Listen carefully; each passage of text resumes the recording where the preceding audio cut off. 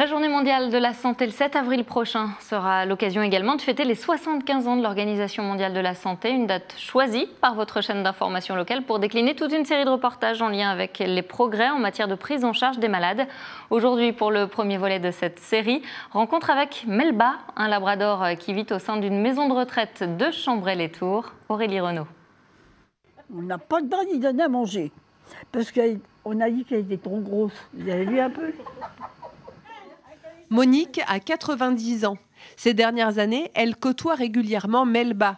La femelle labrador est une vraie récréation pour Monique, qui avait avant beaucoup d'animaux. Alors j'avais Ottawa, Orphée, Chipinette et Chopin. Des chevaux. Ah, que des chevaux. Si après j'ai eu des chiens. Un Saint-Bernard.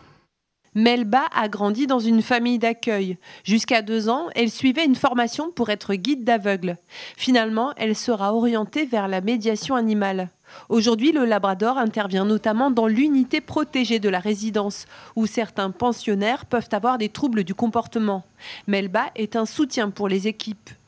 Par exemple, si quelqu'un a besoin d'être isolé pour une agitation, on peut proposer une animation autour de Melba, la brosser, la promener dans le jardin. Du coup, les résidents, tout de suite, ils oublient la problématique qu'ils avaient et ils vont se dire « Ah oui, il y a la chienne, on va aller la promener ».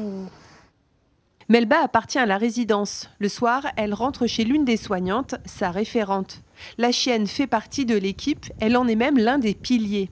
Aujourd'hui, effectivement, non, on ne pourrait pas se passer de Melba ou de Melba déjà. Je pense que ça serait très compliqué. Et d'avoir un animal tout court au sein de la résidence en elle-même, oui, ça me semble inconcevable. Ça nous met de bonne humeur quoi. Le matin quand on arrive, elle arrive directement nous accueillir à la porte. Donc c'est vrai que ouais, ça met de bonne humeur aussi. Le labrador a droit à des temps de pause dans la journée. Pas très sportive, la chienne préfère être à l'intérieur, à l'accueil ou en visite dans les chambres des résidents.